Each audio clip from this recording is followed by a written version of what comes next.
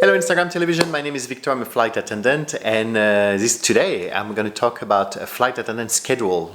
Quite often I get the question, well, you never fly, you're always on the ground. How many hours do you fly a week? Or a passenger will ask me every Monday, do you always do this route every Monday? No, our schedule is changing every week, every month, and I'm just going to give you some insights about how that works. Welcome aboard.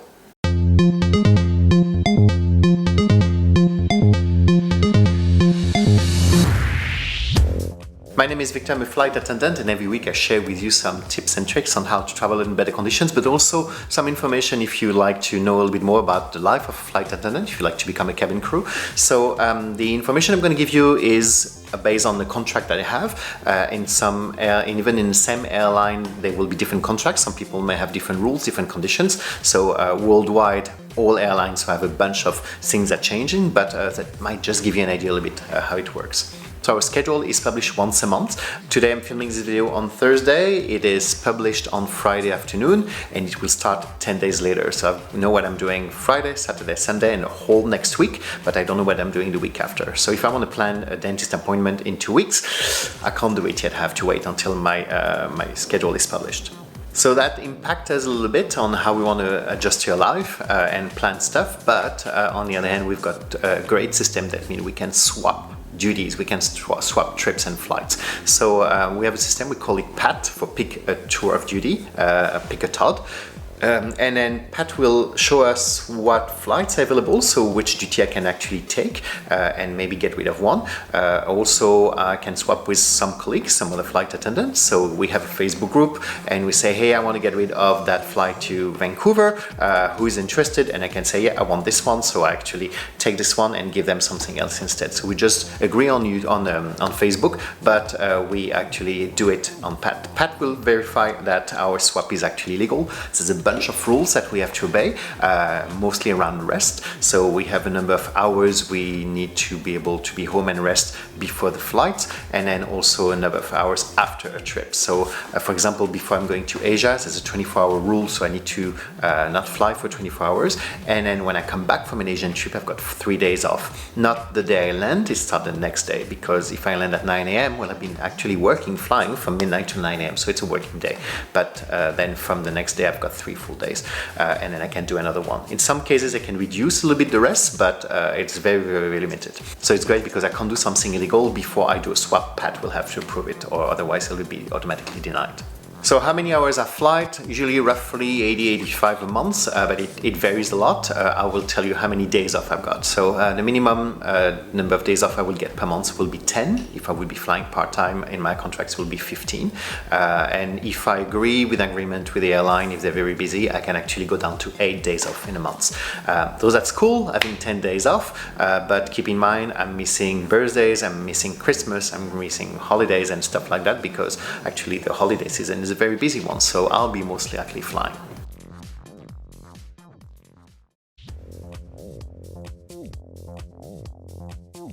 Because I fly international and quite long haul, usually I will do 3 to 4 trips a month. A trip will be flying somewhere, spending 24 hours and coming back. I'm lucky, sometimes it could be a little bit more, it could be 48 hours, sometimes even 72, but most of the time it's 24. So this month I've been twice to Japan. I actually like Japan, so I went to Tokyo, spent 24 hours and flew home. I did that twice. I went to Perth once, same thing, 24 hours. And then I've got a trip tomorrow. I've got actually what we call a turn or double banger. That means I fly somewhere. It could be up to 5 to 6 hours to fly somewhere. We spend an hour on the ground and then we fly back home. So it's actually a long day. It's about 14 hours tomorrow. I got that twice this month. But even though it's a long flight, it's not a layover. So I'm just coming back tomorrow night. So let's say it's my birthday. How does that work? I really want to have this day off. Well, we have one, what we call the golden day every year. So golden day is a day that will be off. We can't have a golden day between mid-December to mid-January, but every other time we can request one per year. It needs to be put in the system usually a week before the schedule is currently built. So I had to put it before Saturday last week, and then I will know if it's accepted, if I need this golden day off for the coming months. So that's cool. And usually what they do, they'll try to give us the day off before and the day off after. So one day become a 3 days block.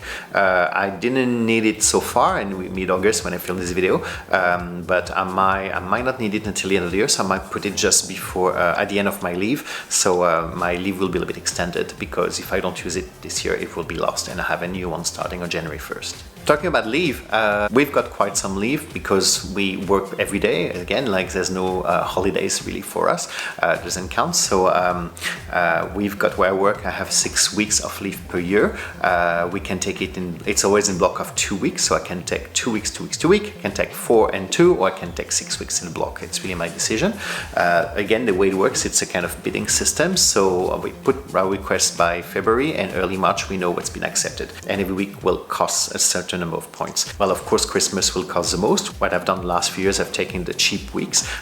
No one really wants to take this period of time, so I've accumulated a lot of points in my bank, and maybe next year I'll request Christmas off. I'll see what I do. I don't have any kids, so I don't really mind being away for Christmas. Actually, it's a very nice atmosphere on board with passengers on Christmas Day. We can also plan life by bidding. So we have a bidding system for flights. Every month before the schedule is published, we've got 100 points, and we tell the system what we would like to do. So I can request a specific flight. Let's say my cousin is flying on my airline and I would like to be on his flight. I can try to request that. I put all my points on that, or put 50 points on that and 50 points of another flight.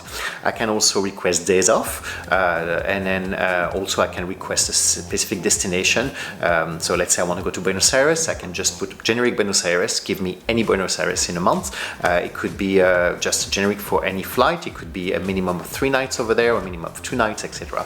Doesn't mean I'm going to get it, but I tell the system what I would like to have.